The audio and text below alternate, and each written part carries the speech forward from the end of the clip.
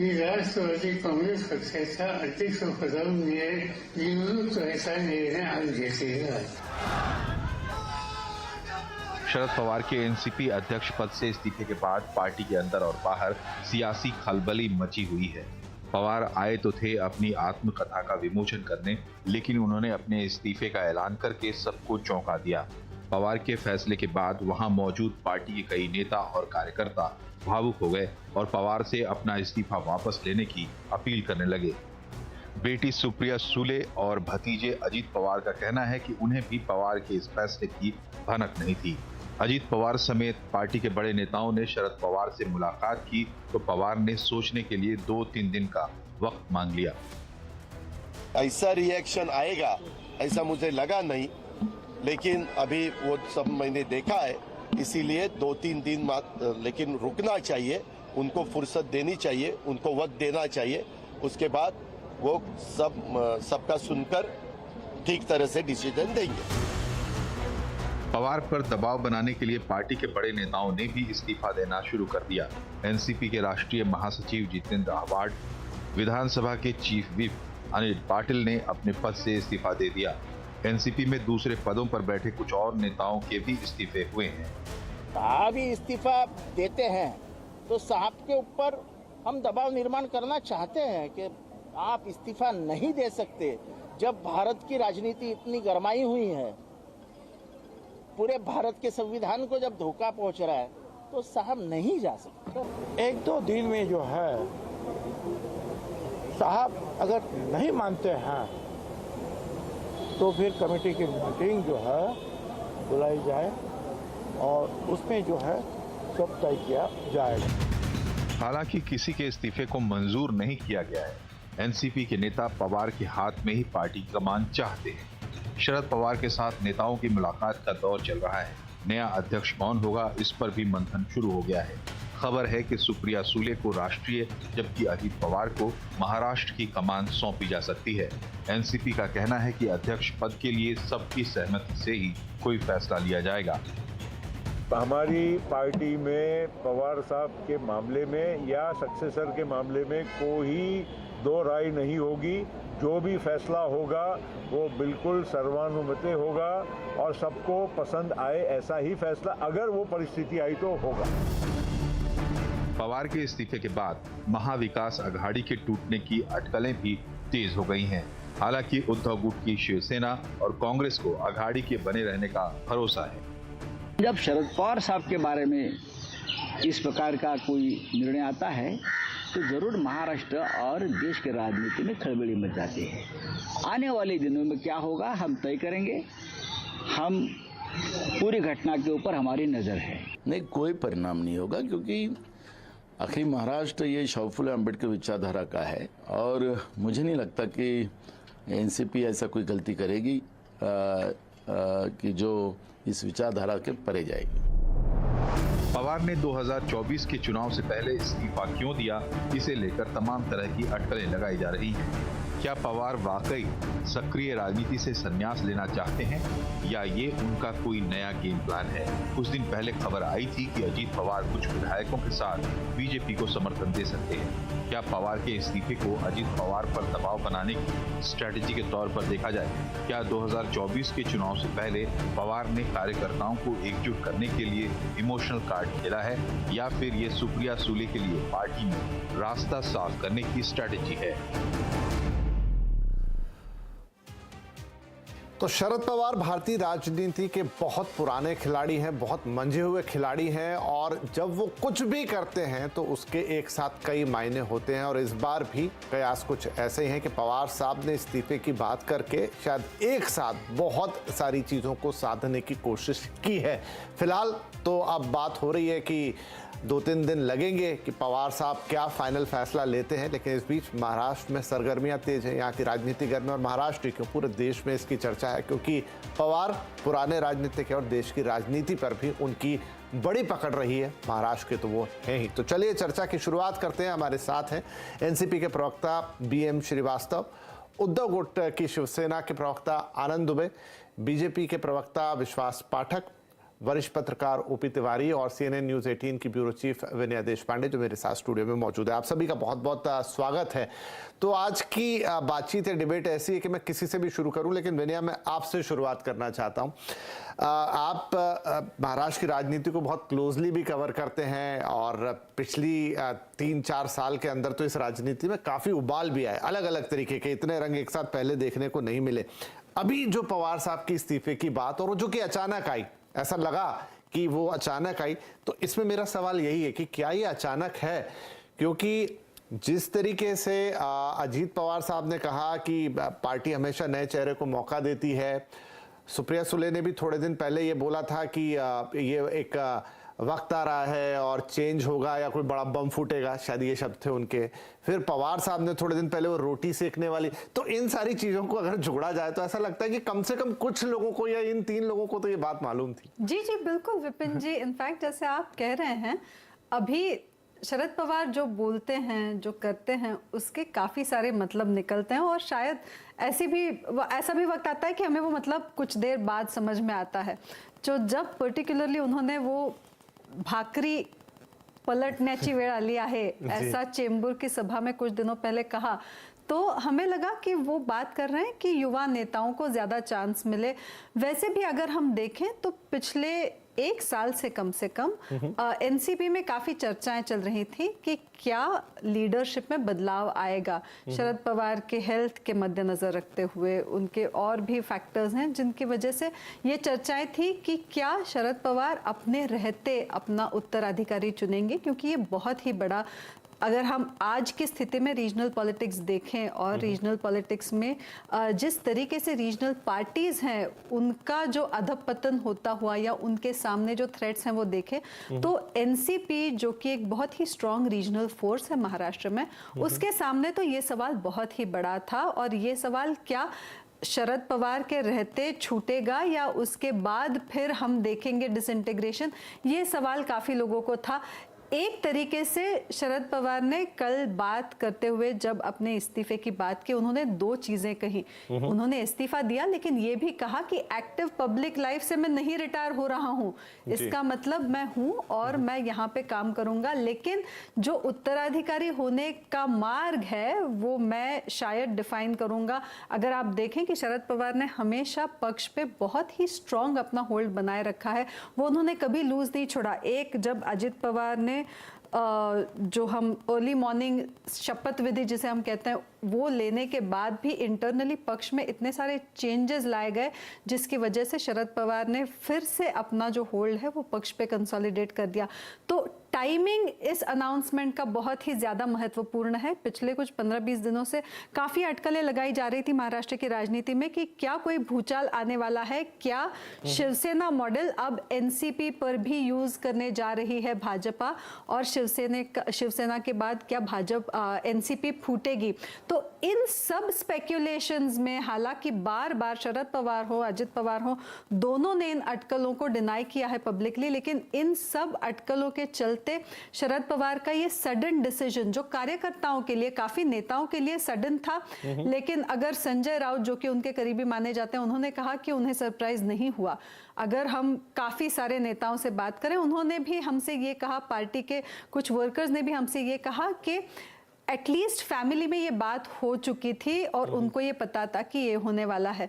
तो सिचुएशन जो है उस सिचुएशन के चलते उनका डिसीजन सडन काफ़ी लोगों को लग रहा है, लेकिन ये बहुत ही महत्वपूर्ण भी माना जा रहा है, ना सिर्फ उत्तराधिकारी के पद के लिए या कौन उत्तराधिकारी रहेगा इसके लिए, बल्कि जो अभी महाराष्ट्र के राजनीति में स्पेक्यूलेशंस चल रही हैं उसके बैकग्राउंड पे भी ये महत्वपूर्ण है। राइट, चलिए तो आप क्या हुआ है एग्जैक्टली, उसके क्या क्या रीजन हो सकते हैं, वो तमाम बातें विनय ने हमें बताई। श्रीवास्तव साहब आप क्या कहेंगे? देखिए आपकी पार्टी, आप थोड़ा उसे और अंदर से जानते हैं, जिस तरीके की चीजें हो रही हैं हम बाहर से देखते हैं, लेकिन जो कार्यकर्ताओं का रिएक्शन आया, आपके कुछ बड़े नेताओं का रिएक्शन आया, पवार साहब थोड़ा होल्ड भी कर गए हैं लेकिन अभी भी लगातार बातचीत जारी। इनफैक्ट अगर आज के दिन की बात करें तो कहा तो ये गया कि कुछ भी औपचारिक तौर पे बातचीत नहीं है, लेकिन सब जानते हैं कि बातचीत लगातार हो रही है, बड़े नेता मिल रहे हैं, विचार विमर्श हो रहा है। चल क्या रहा है आपकी पार्टी के अंदर? देखिए, पार्टी में तो मैं सोचता हूँ ऐसी बात नहीं चल रही है जिसको लेके इतना चिंतित हुआ जाए। आदरणीय शरद पवार जी ने आपके नेता आंसू बहा रहे, रो रहे टीवी पे, आप कह रहे हैं चिंतित ना हुआ जाए। ठीक है, देखिए, जब आदरणीय शरद पवार साहब ने जब अचानक इस बात को कहा तो जो भावनात्मक रूप से अचानक, हाँ, ये श्रीवास्तव साहब, अचानक आपने कहा ना, अचानक, तो यही तो फिर सारी चीजों की जड़ बन जाता है। हाँ, तो मैं वही आपको बताना चाहता हूँ, जब अचानक उन्होंने इस बात को कहा तो निश्चित रूप से जो कार्यकर्ता थे, जो वहां पे नेता थे, उनको आश्चर्य भी हुआ और एक भावनात्मक माहौल उस समय बना। और उसको सबसे बड़ी बात यह कि आदरणीय शरद पवार जी ने उस माहौल को महसूस किया, तभी वो इस बात के लिए तैयार हुए कि मुझे 2-3 दिन का आप समय दीजिए, मेरे को इस मामले में विचार मंथन करने दीजिए। और हमारी पूरी पार्टी का रैंक एंड फाइल, जिसमें हमारे सारे नेता, हमारे सारे कार्यकर्ता शरीक है, सब लोग ये चाहते हैं कि आदरणीय शरद पवार जी अभी इस मौके पर ये फैसला स्थगित रखें, क्योंकि जिस तरह के हालात अभी देश में हैं, जिस तरह के हालात अभी महाराष्ट्र में, आप देखिए कि महाराष्ट्र में महाविकास आघाड़ी ने जिस प्रकार से अपने आप को सशक्त बनाया है, उसको देख के भारतीय जनता पार्टी और उनका नेतृत्व तो बहुत परेशान है। अभी हाल के जो चुनाव हुए एपीएमसी के, उसमें जिस प्रकार से हमारी तीनों पार्टियों के लोगों ने जो चुनाव जीते हैं, वो अपने आप में एक बहुत बड़ा संदेश है। एक संदेश आदरणीय एकनाथ शिंदे साहब की सरकार ने दिया है, खोखा सरकार ने।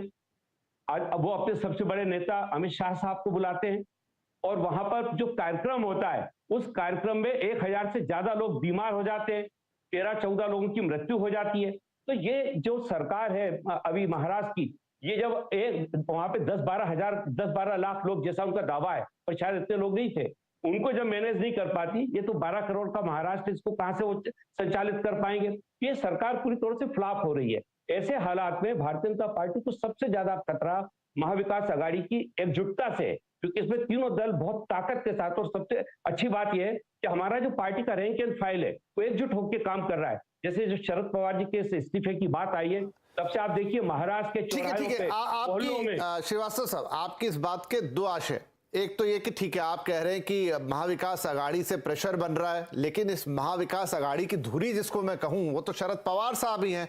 कांग्रेस और शिवसेना शायद कभी साथ ना आते अगर पवार साहब ना होते, जिस तरीके से उन्होंने बताया। तो एक मिनट, मैं और इसका दूसरा हिस्सा भी लूंगा, लेकिन दुबे साहब, अब अगर पवार साहब जाते हैं तो आपकी महाविकास आघाड़ी इससे मजबूत होगी कि कमजोर होगी?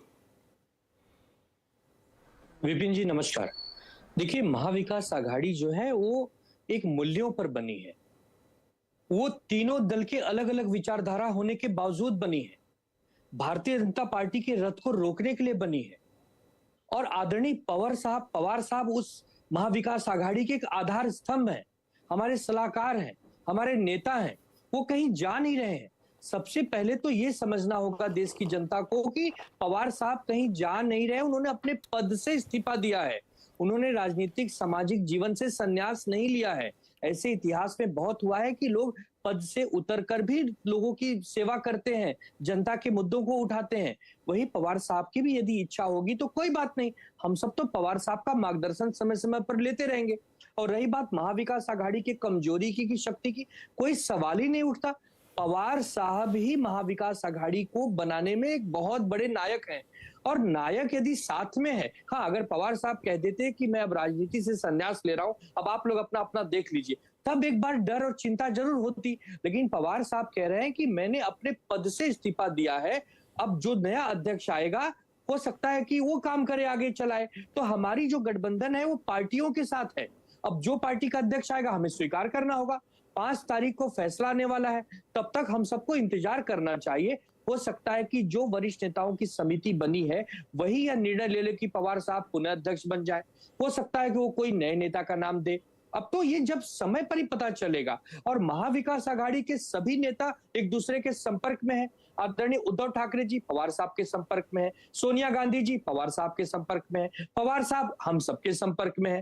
तो महाविकास आघाड़ी को कोई खतरा नहीं है। ये पता नहीं कहां से खबरें छन कर आती हैं कि अब महाविकास का क्या होगा। अरे भाई, महाविकास आघाड़ी और ताकत से काम करेगी, क्योंकि पवार साहब और समय हमें देंगे। पवार साहब यदि अध्यक्ष रह के शायद उतना समय नहीं दे पाते, हो सकता है और समय देंगे वो हमें, हो सकता है 1-1 मिनट पे हमारा मार्गदर्शन करेंगे। चलिए ठीक है, पॉजिटिव, नहीं ठीक है, अच्छी बात है, आप ऐसा सोच रहे तो बढ़िया है।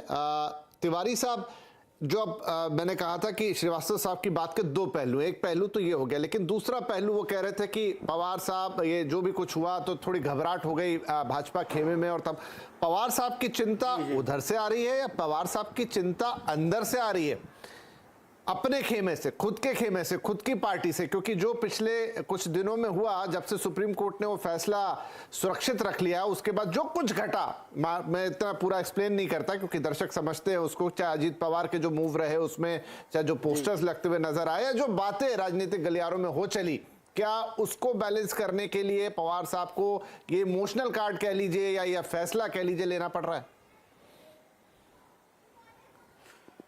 पवार साहब की चिंताएं विपिन जी दोनों तरफ से हैं, यानी आंतरिक भी हैं और जो बाहर से आप पिछले कुछ दिनों में जो नेशनल बल्कि तीन तरफ से हैं। एक अपने संगठन के अंदर से, अपने परिवार के अंदर से, फिर दूसरा महाराष्ट्र की जो पॉलिटिक्स है उसके महाविकास अघाड़ी के अंदर भी जो अभी हमारे मित्र बोल रहे थे दुबे जी कि सब कुछ बढ़िया चल रहा है और सब एक दूसरे के संपर्क में हैं, लेकिन आज पूरे दिन संजय राउत और नाना पटोले के बीच में जो चला है वो आपको भी पता होगा और कल के अखबारों में भी आ जाएगा।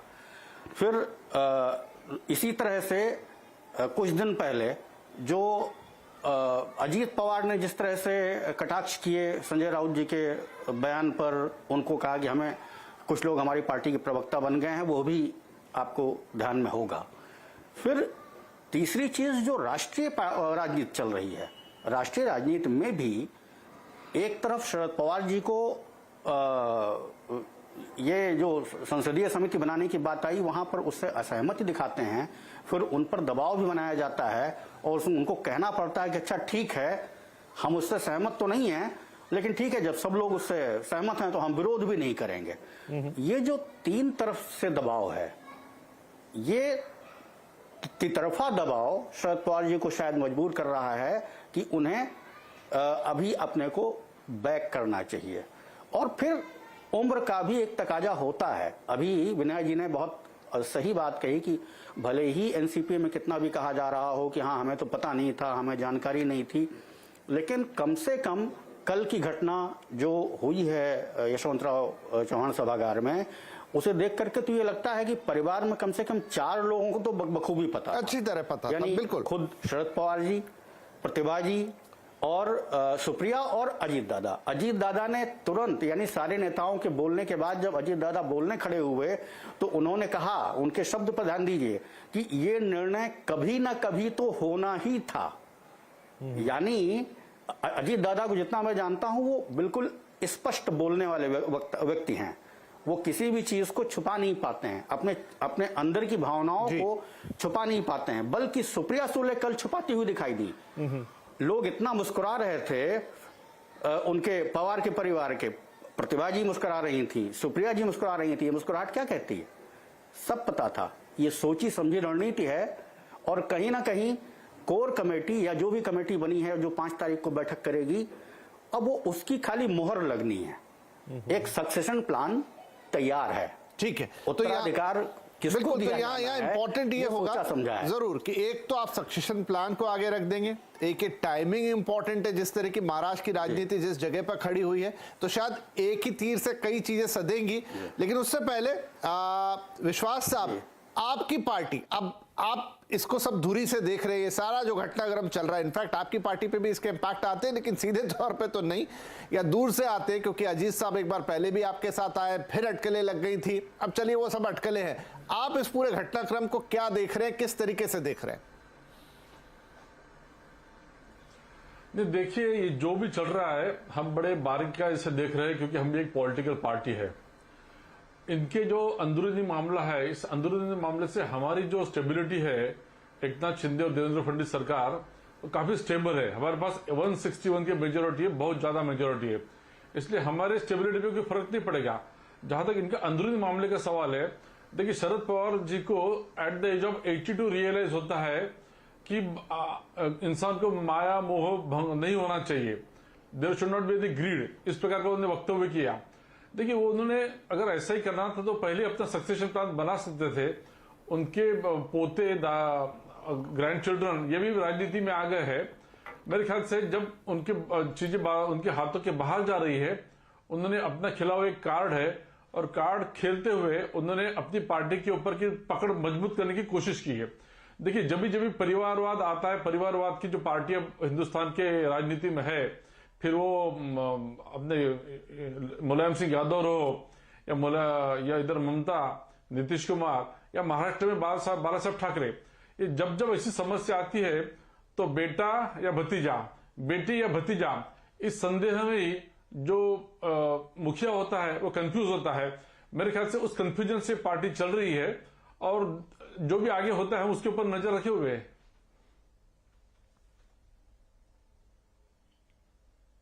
चलिए ठीक है, तो यहां पर अब देखिए विनय, मैं आपके पास लौट के आता हूं। बीजेपी तो कह रही है कि उनको इस चीज से कोई फर्क नहीं पड़ता, वो दूर से देख रहे हैं, उनका अंदरूनी मामला है। तो पहली तो ये बात कि ये कितना अंदरूनी है जब बीजेपी को दूर से ऐसा लग रहा है। दूसरी बात ये कि अगर हम वापस back to the Pawar family आए तो क्या वाकई में, और है भी I think to an extent, कि ये अब एक लीडरशिप का भी द्वंद्व है, सुप्रिया सुले के पास जाए या फिर अजीत पवार के पास जाए। अभी आज भी अटकलें थी कि राष्ट्रीय लेवल पे सुले को दे देंगे, अजीत पवार महाराष्ट्र संभालेंगे। क्या दोनों ये बात मान लेंगे? और अगर ये है तो इसका पार्टी पे क्या फॉल आउट होगा? और फिर वो बाकी लोग जो इस समय आंसू बहा रहे हैं, तो क्या शरद पवार के हटने से पार्टी का जो एक वो फेविकॉल वाला बॉन्ड है वो कमजोर पड़ेगा? कई मायने होंगे इसके, इस पर क्या कहेंगे? जी बिल्कुल, देखिए शरद पवार जिस तरीके से पार्टी पर अपना पूरा होल्ड बनाए रखते हैं, उस तरीके का होल्ड अगर हम देखें तो उनके बाद ग्राउंड लेवल पे अजित पवार जो हैं उनका होल्ड हमें दिखाई देता है। आखिर एनसीपी क्या है? एनसीपी का गढ़ है वेस्टर्न महाराष्ट्र, रूरल बेस। तो वो जो आवाज़ें हैं रूरल एरियाज से या जो रूरल चीफ्टन्स हैं, एनसीपी ऐसा कोई आइडियोलॉजी से बंधा हुआ या बहुत ही स्ट्रक्चर्ड ऐसा पक्ष नहीं है। एनसीपी को अगर हम देखें तो लोकल चीफ्टन्स, वहाँ के जो लोकल स्ट्रॉन्ग मैन हैं, उन सब की इकट्ठा की गई पार्टी एक अम्ब्रेला बैनर में जो शरद पवार ने अपने हाथों से इकट्ठे रखी है। अपनी वजह से वो उन सबको इकट्ठे बांध पाए हैं। कोई भी नेता ले लीजिए, चाहे जयंत पाटिल ले लीजिए, चाहे दिलीप वलसे पाटिल ले लीजिए, कोई भी नाम उठा के देख लीजिए, छगन भुजबल, ये नेता अपने आप में इतने पावरफुल हैं कि अपने एरिया से खुद चुन के आए। तो एनसीपी का स्ट्रक्चर ही पूरी तरह से ऐसा है कि जो शरद पवार ने अपने कंधों पे वो रिस्पॉन्सिबिलिटी आज तक ली है और इसीलिए पिछले कुछ सालों से जो उनका सक्सेशन प्लान है उस पे भी काफ़ी अटकलें लगाई जा रही है। वो इसी वजह से, अगर हम देखें तो काडर के मन में जो एक्सेप्टेबिलिटी है वो अजित पवार के लिए निश्चित ही बहुत ज़्यादा है। तो इसीलिए जब अजित पवार के पर्सनल एस्पिरेशंस के बारे में बात होती है, जब अजित पवार किसी पब्लिक प्लेटफॉर्म पे ये कहते हैं कि हाँ मैं मुख्यमंत्री बनने के लिए तैयार हूँ, 2024 में क्यों, मैं आज भी बनने के लिए तैयार हूँ, तो काफ़ी चर्चाएं उमड़ पड़ती है कि इसके पीछे बेसिस क्या है, क्या उनके पीछे इतने सारे एमएलएज हैं, एमपीज हैं। तो हम देखें तो पक्ष पर उनका जो होल्ड है वो शरद पवार के बाद अजित पवार का है। ये काडर भी बताएगी हमें, नेता भी ऑफ रिकॉर्ड बात करते हुए बताएंगे। तो अभी अटकलें ये लगाई जा रही हैं कि अगर कोई ऐसा सक्सेशन प्लान बनता है जिसमें नेशनल रिस्पॉन्सिबिलिटीज सुप्रिया सुले को दी जाती हैं, स्टेट रिस्पॉन्सिबिलिटीज अजित पवार को दी जाती है, तो पक्ष वैसे भी उसी डायरेक्शन में काम कर रहा है। अगर हम देखें पिछले कुछ सालों से तो सुप्रिया सुले खुश हैं कि वो एक एमपी हैं, दिल्ली में काफी सारे वो मुद्दे उछालती हैं। द्वंद नहीं है क्या? जैसा अगर मैं थोड़ा सा जाऊं, शिवसेना वाला एक थॉट आता दिमाग में कि वहां पर राज ठाकरे थे, वहां पर उद्धव ठाकरे थे, राज काफी हद तक ऐसे थे जिनका होल्ड काफी दिखता था, रिजेम्बलेंस दिखता था, फ्लैम्बायंसी दिखती थी। वहीं पर उद्धव थोड़े से म्यूटेड थे, थोड़े शांत थे, लेकिन जब आया मामला तो वो उद्धव के हाथ में आया, फिर पार्टी में स्प्लिट भी हुआ। और क्या उसी तरह की चीज यहाँ भी है, या आप कह रहे नहीं यहाँ मामला बहुत साफ है, सुप्रिया को पता है उनको क्या चाहिए या क्या हो सकता है और अजीत के लिए चीजें साफ हैं? देखिए नहीं, मैं ऐसा नहीं कह रही हूँ कि पूरी तरह से साफ हैं। जिस तरीके से शरद पवार का होल्ड है, अगर वो होल्ड कम पड़ जाता है या वो खुद कहते हैं कि मैं अब ये नहीं बागडोर संभालूंगा, तो क्लियरली उसके रेपरकशंस पक्ष के लिए हैं। लेकिन ठाकरे और पवार, अगर हम ये दो फैमिलीज कंपेयर करें तो Pawar family comparatively close net हैं। जैसा हमने राज ठाकरे और उद्धव ठाकरे में द्वंद्व देखा जो कि रास्तों पे उछला और फिर पूरा पक्ष ही जैसे फूट गया बीच में से, वैसा हम शायद एनसीपी के बारे में ओपनली ना देखें। अभी कुछ भी अटकलें लगाना बहुत मुश्किल है महाराष्ट्र की राजनीति में आजकल, लेकिन थोड़ा सा वहां पे टसल होना लाजमी है, मैं समझती हूँ। लेकिन ठाकरे परिवार जैसी पार्टी फूटेगी ऐसा नहीं लगता है, क्योंकि कंपैरेटिवली पवार कुटुंब जो है वो बहुत ज्यादा क्लोजनेट है। यही अब कल के अनाउंसमेंट से ही देखते हैं, इन 4 लोगों को तो हर कोई बता रहा है कि इन 4 लोगों तो पक्का मालूम था। तो इससे हमें पता चलता है कि चाहे वो जो कुछ भी कहें, पर्सनल एस्पिरेशंस इनकी जो कुछ भी हो, जो शायद क्लैश कर रही हो पक्ष के ओवरऑल दृष्टिकोण से, लेकिन फिर भी at the end of it family तो वो इकट्ठे आएंगे। चलिए, इसमें एक सवाल थोड़ा सा और मेरे मन में तिवारी साहब से पूछ लेता हूं। तिवारी साहब की जो पवार साहब हैं, अजीत पवार साहब, वो एक बार पहले भी जा चुके थे, एक दिन की सरकार बना चुके थे, फिर से उस तरह की अटकलें आ गई, तो थोड़ा जिसे कहते हैं ना कि किस तरफ क्या निर्णय ले लेंगे, किस तरफ कहां झुक जाएंगे। और यह भी माना जाता है कि पिछली बार भी जब वो गए थे उसमें शरद पवार की सहमति नहीं थी, इस बार भी शायद अगर इस तरह की अटकलें लग रही हैं तो पवार साहब पर उसका प्रेशर होगा कि क्या ये कोई ऐसा निर्णय तो नहीं ले ले। तो क्या ये पॉइंट ऑफ कॉन्फ्लिक्ट नहीं है पार्टी के अंदर? कुछ हद तक वो हो सकता है विपिन जी, लेकिन जो अभी विनया जी बोल रही थी ना कि पवार फैमिली ज्यादा क्लोजनेट है, पवार फैमिली वाकई उन दोनों में आप क्लियर डिफरेंस दिखता है उद्धव यानी ठाकरे परिवार और पवार परिवार में। वहां पर दोनों भाइयों की लड़ाई, दोनों चचेरे भाइयों की लड़ाई सिर्फ और सिर्फ महाराष्ट्र में वर्चस्व को लेकर के थी। यहां स्पष्ट है कि एक को दिल्ली देखना है और दूसरे को महाराष्ट्र देखना है। दोनों में पिछले सुप्रिया जी तो 2006 से दिल्ली की राजनीति में चली गई है ना, राज्यसभा सदस्य बन करके, तो और पवार उसके बहुत पहले से यहाँ महाराष्ट्र में कार्यकर्ताओं को संभालते आ रहे हैं। तो जिस तरह से, और दोनों के क्षेत्र में कहीं कोई हस्तक्षेप है नहीं। हो सकता है महाराष्ट्र की कुछ महिला कार्यकर्ता संपर्क में होंगी, ज्यादा संपर्क में होंगी सुप्रिया जी के, लेकिन सुप्रिया का जो होल्ड है, उन्होंने जो अपना होल्ड बनाया है, चाहे दक्षिण के नेता हो, चाहे उत्तर के नेता हो, या दिल्ली में बैठ अगर इतनी क्लियरिटी है तो फिर शरद पवार साहब ये एकदम अगर वो ऐसा लेके आए कि मैं इस्तीफा देना चाहता हूं या दे रहा हूं, उसके बाद 3 दिन का होल्ड आ गया, फिर तो उन्हें क्लियर कट अपना एक सक्सेशन प्लान सुना देना चाहिए था। इतना सस्पेंस करके क्या हासिल होगा? सर वो अपनी तरफ से, विपिन जी, वो अपनी तरफ से नहीं सुनाना चाहते। वो कांग्रेस की तरह से परिवारवाद का ठप्पा अपने ऊपर नहीं लगाएंगे। ठीक है, हाँ, वो कोई कमेटी होगी जो सीधे डिमांड करेगी कि भाई इनको आप बना दीजिए अपना कार्याध्यक्ष राष्ट्रीय, और इनको आप डेमोक्रेटिक तरीके से पार्टी चलेगी। ठीक है, ये संदेश देना चाहते हैं। Right, got your point sir. Srivastava साहब से एक कमेंट ले लेता हूं। श्रीवास्तव साहब, तो अगर पवार साहब हटते, मान लीजिए फैसला आएगा 1 दिन में, लेकिन वो हटने का फैसला लेते हैं, निर्णय लेते हैं, तो फिर कौन संभालेगा एनसीपी की कमान? देखिए कि शरद पवार जी का व्यक्तित्व खाली राष्ट्रवादी कांग्रेस पार्टी के अध्यक्ष के रूप में नहीं है। ये तो एक दायित्व है जो उन्होंने लिया हुआ है, और उनका जो राजनीतिक आधार है और जो उनकी राजनीतिक छवि है वो इससे बहुत ऊपर है। तो और राष्ट्रवादी कांग्रेस पार्टी आदरणीय शरद पवार जी के नेतृत्व में बनी है, उन्होंने इसका बीज बोया है और वही इसका संचालन भी कर रहे हैं। आज हम सब लोग भी जो जुड़े हुए हैं वो आदरणीय पवार साहब के कारण ही पार्टी में काम कर रहे हैं। तो मुझे पूरा विश्वास है कि इस पूरे मौके पर, जैसा कि प्रेडिक्शन किया जा रहा है, क्योंकि चर्चा करने के लिए तो बहुत सारे मुद्दे हैं जिन पर लोग बातचीत कर सकते हैं अपने विचारों से, और मुझे लगता है कि अभी इस बारे में कुछ भी कहना शायद बहुत जल्दबाजी होगी। और जहां तक बात शरद पवार जी, अजीत दादा पवार और सुप्रिया जी के बारे में जो आप बात कह रहे हैं, मैं पूरी बातों से असहमत हूं।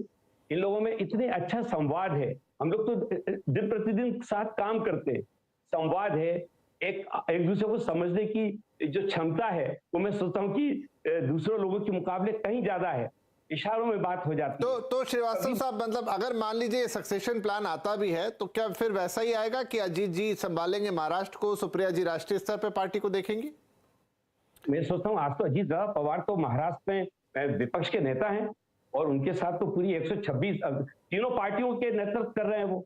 तो है, आज तो है ही वो नेता महाराष्ट्र के। इस पे क्या कहीं कमी है? और दूसरी बात मैं जो कहना चाहता हूं कि हर बार 2019 की बात की जाती है, कभी ये भी तो देखिए कि वो अगर उधर गए थे तो पवार साहब के इशारे तो वो इधर भी तो आ गए, और उसके बाद फिर क्या आज तक उन्होंने पार्टी लाइन से बाहर श्रीवास्तव साहब, उधर जाना अपने आप में बहुत बड़ी बात है, आगे अच्छी बात है, लेकिन उधर चले जाना बहुत बड़ी बात है ना। और फिर चीजें बैठी नहीं परिप्रेक्ष्य में, अगर बैठ जाती तो शायद ना भी आते।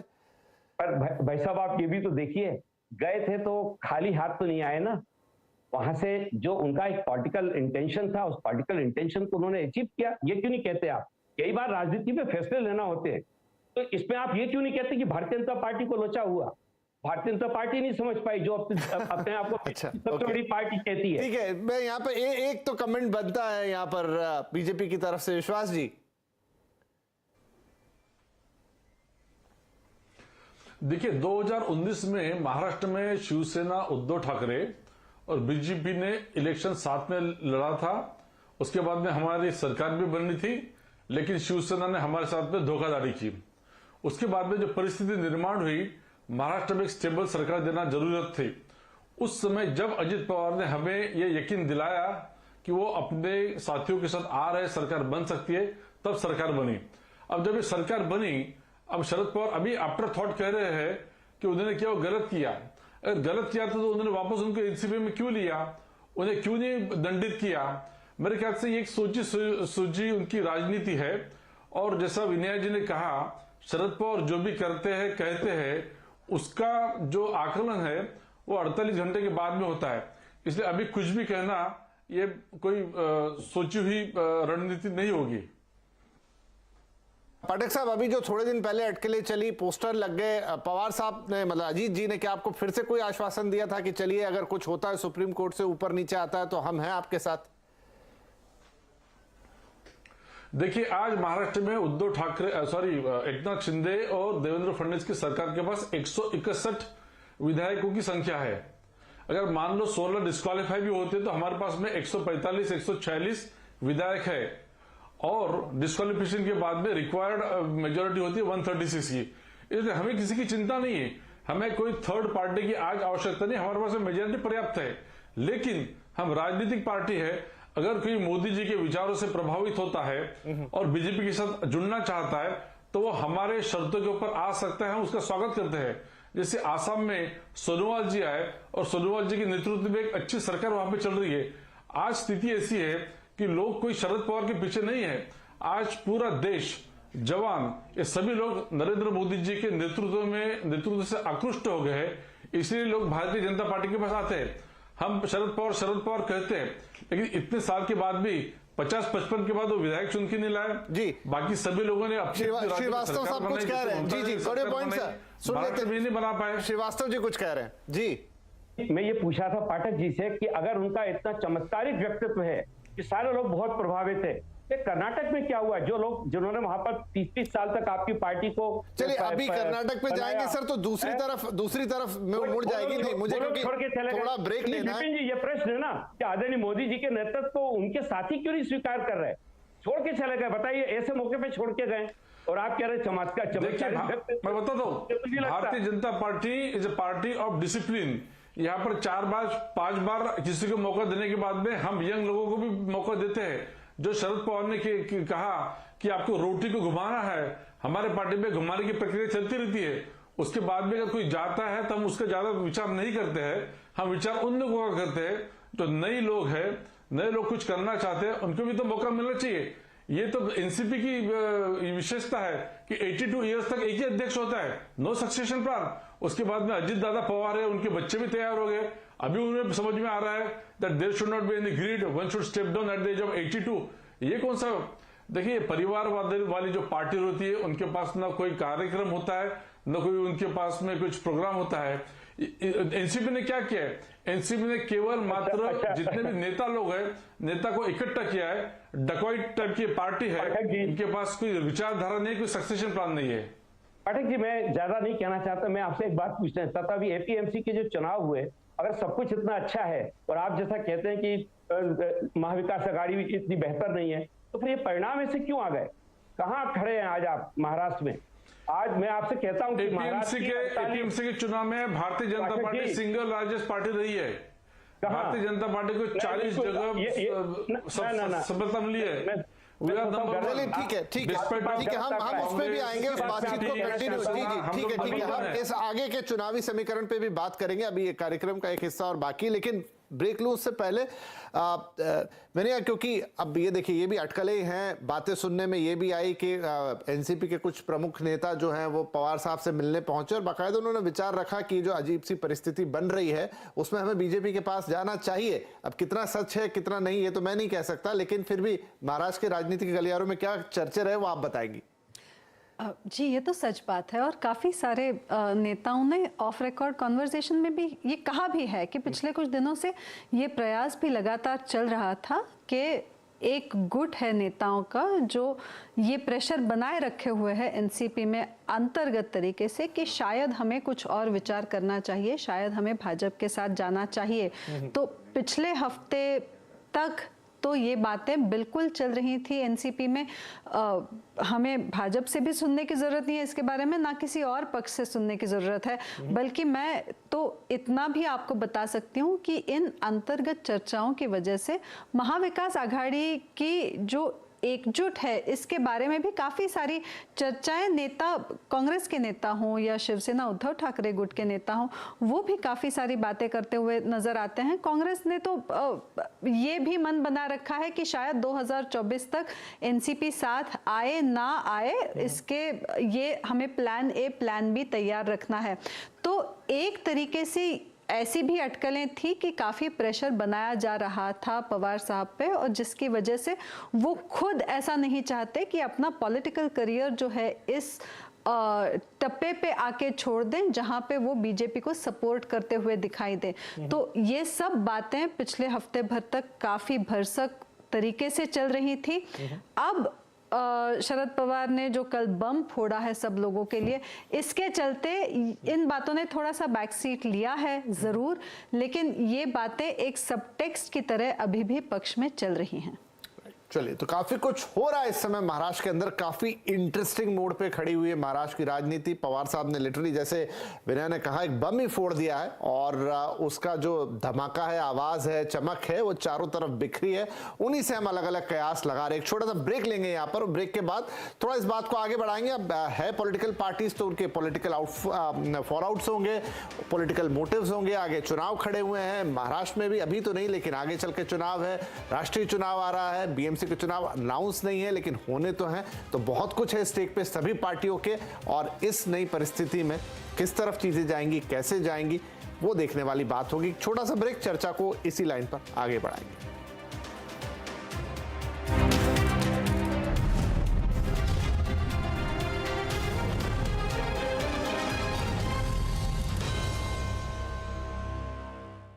हमारा हाँ में हाँ मिलाना ओके। डू यू नो में आज हम बातचीत करने वाले हैं दुनिया की सबसे बड़ी फुटवेयर कंपनी जो कि मार्केट कैप के लिहाज से है, वो है नाइकी के बारे में।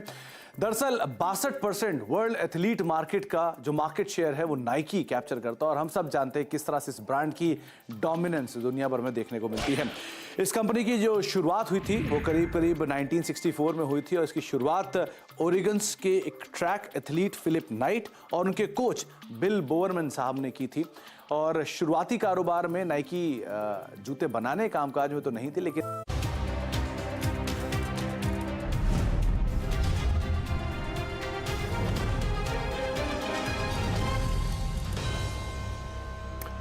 Welcome back. आवाज अड्डा में आज बात हो रही है महाराष्ट्र की, जहां पर शरद पवार साहब के इस्तीफे के बाद राजनीति में काफी चर्चाएं गर्म है। अभी तक कुछ फैसला हुआ नहीं है एनसीपी के अंदर कि क्या पवार साहब ने जो इस्तीफा दे दिया अध्यक्ष पद से वो उस पर कायम रहेंगे।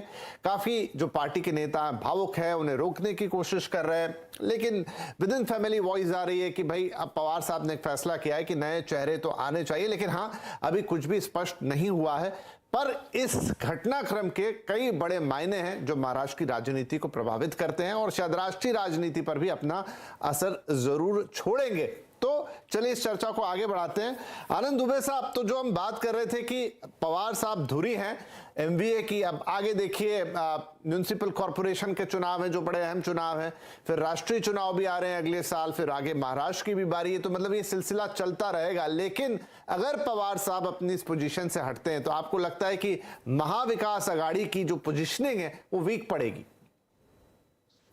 विपिन जी, बार बार सब यही प्रश्न पूछ रहे हैं कि शरद पवार साहब यदि राष्ट्रीय अध्यक्ष नहीं रहेंगे तो क्या महाविकास आघाड़ी कमजोर हो जाएगी, शक्ति?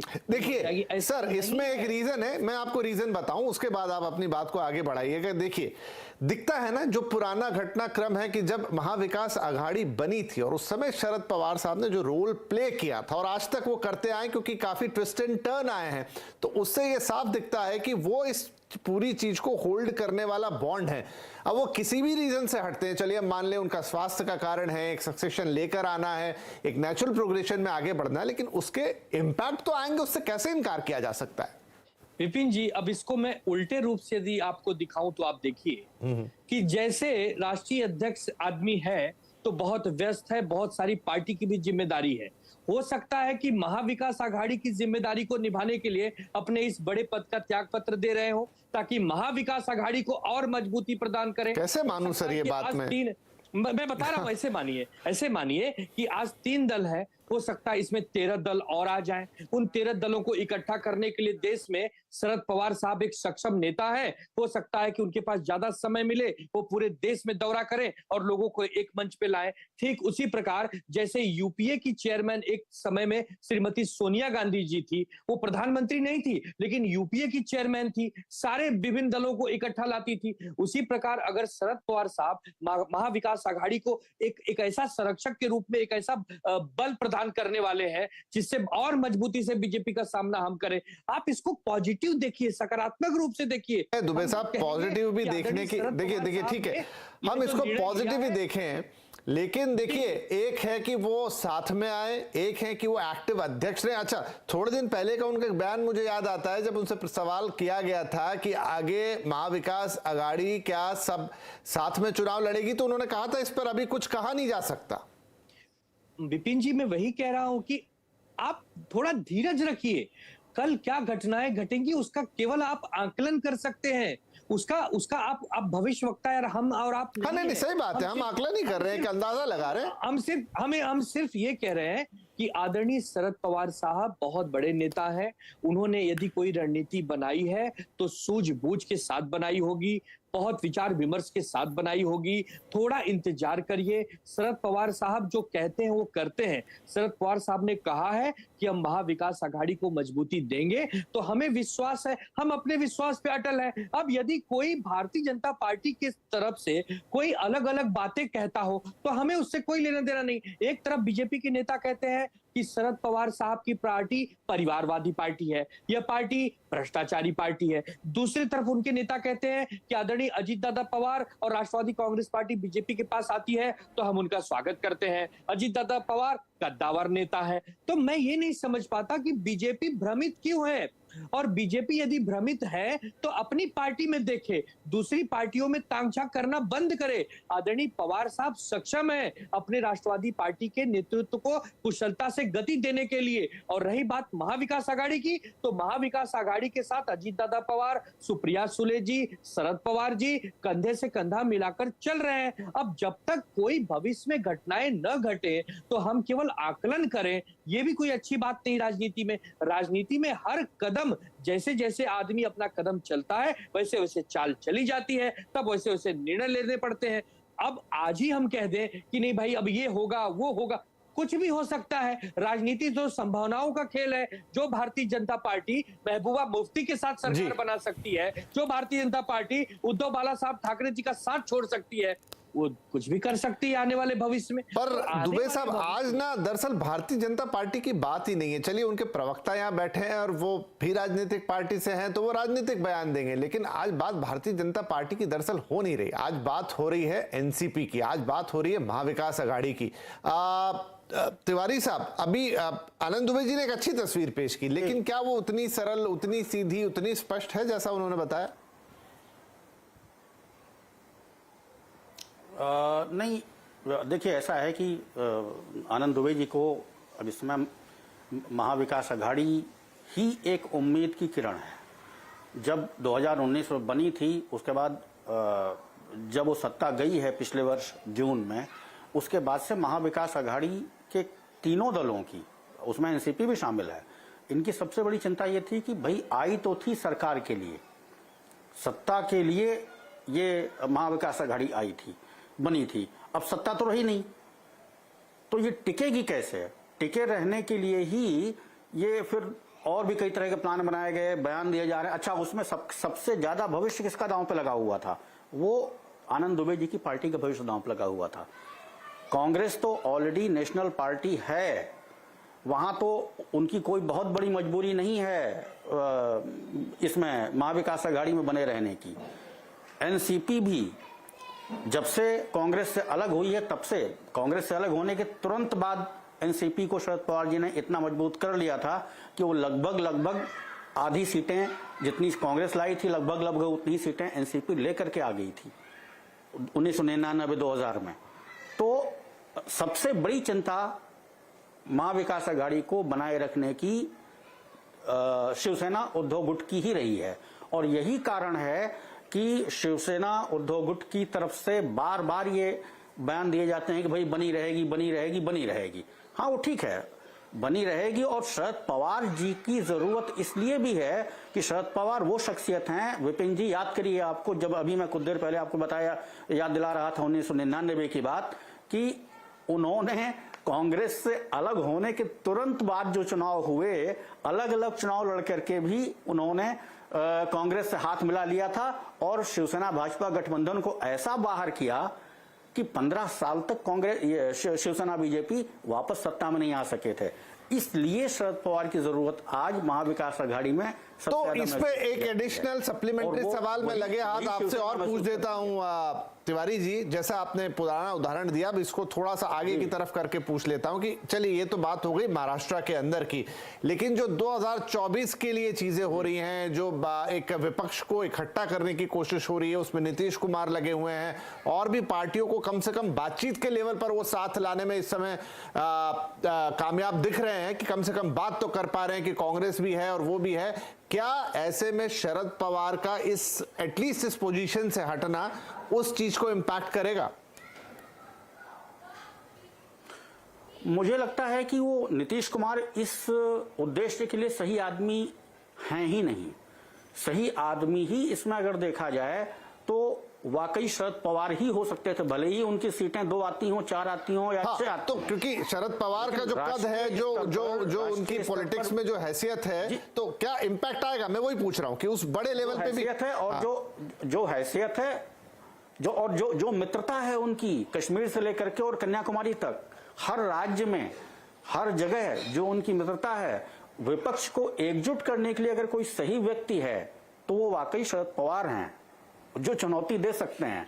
और कोई कितनी भी सीटें जीत के आए, मान लीजिए किसी भी तरीके से भाजपा 273 से फिसल के 272 या 271 पे आ गई, तो वैसी स्थिति में सबकी निगाहें नीतीश कुमार की तरफ या ममता बनर्जी की तरफ या चंद्रशेखर की तरफ नहीं रहेंगी, वो निगाहें शरद पवार की तरफ ही रहेंगे, और वही सबको जोड़ सकते हैं आगे बढ़ने के लिए, मेरा ये मानना है। ठीक है, तो शरद पवार ये चीजें कर सकते हैं। श्रीवास्तव साहब, आप कह रहे हैं कि एक आध दिन में इसका फैसला हो जाएगा, क्या आप माने कि एक आध दिन में स्थिति क्लियर हो जाएगी? अगर पवार साहब को रुकना है तो वो रुकेंगे, और अगर नहीं है तो फिर कोई अनाउंसमेंट आपकी पार्टी से होता हुआ नजर आएगा?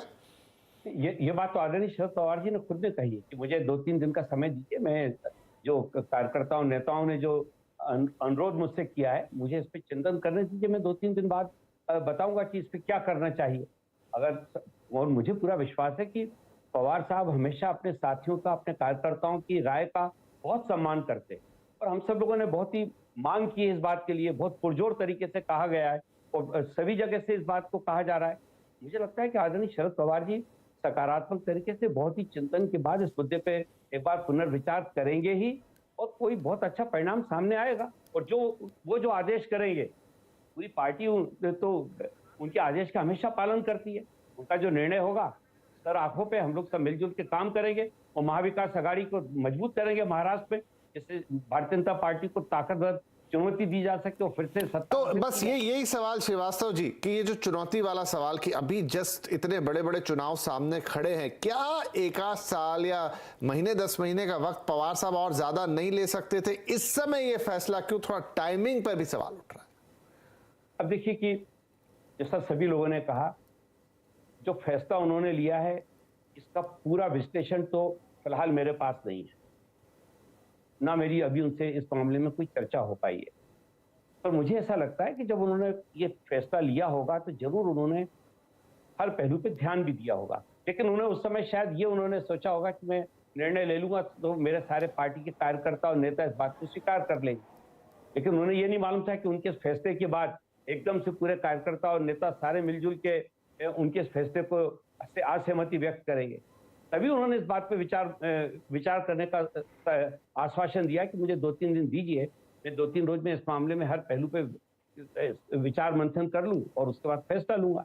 तो मुझे नहीं लगता कि इसमें कोई ऐसी बहुत ज्यादा, मैं पार्टी के कार्यकर्ता के रूप में भी और पार्टी के राष्ट्रीय सचिव के रूप में भी मैं महसूस करता हूँ इसमें बहुत ज्यादा चिंता करने की जरूरत नहीं है। आदरणीय शरद पवार जी का नेतृत्व और उनका पूरा मार्गदर्शन हमेशा राष्ट्रवादी कांग्रेस पार्टी को मिला है और विपक्ष के सारे नेताओं को भी मिला है। महाविकास आघाड़ी के तो आदरणीय शरद पवार जी पुरोधा हैं, उन्होंने सारे लोगों को इकट्ठा किया और सारे लोगों को महाराष्ट्र के उत्थान के लिए, महाराष्ट्र के विकास के लिए उन्होंने लगातार। तो यहाँ पर एक सवाल और मेरे जहन में, तिवारी साहब जो कह रहे हैं यहाँ पर श्रीवास्तव साहब की जो उन्होंने फैसला लिया और उनको अंदाजा नहीं था कि पार्टी के कार्यकर्ता या पार्टी के तमाम नेता उसको कैसे लेंगे। तो पहली बात तो ये कि पवार साहब को मुझे लगता है इतनी अंडरस्टैंडिंग तो होगी कि उनके इस फैसले की रिएक्शन क्या होगी और पार्टी के कार्यकर्ता किस तरीके से लेंगे। और दूसरा, अगर उनको ये फैसला लेना ही होता जो उनको बहुत, अगर मैं कहूं कि सीधे तरीके से लेना होता या वक्त पे लेना होता, तो डेफिनेटली वो पहले उसके लिए थोड़ी सी जमीन तैयार करते, उसको अचानक लेकर नहीं आते, टेकन बाय सरप्राइज नहीं होता। विपिन जी, चलते चलते हमें लगता है हमारा आखिरी कमेंट होगा अगर मैं बोल रहा हूं तो जी। ये जो शरद पवार ने 1 मई 1960 से शुरू करके और 1 मई 2023 तक के अपने सफर की बात कही है, इतने लंबे सार्वजनिक जीवन में शरद पवार को अगर कार्यकर्ताओं की इतनी समझ नहीं है तो फिर तो राष्ट्रीय अध्यक्ष रहना ही बेकार है।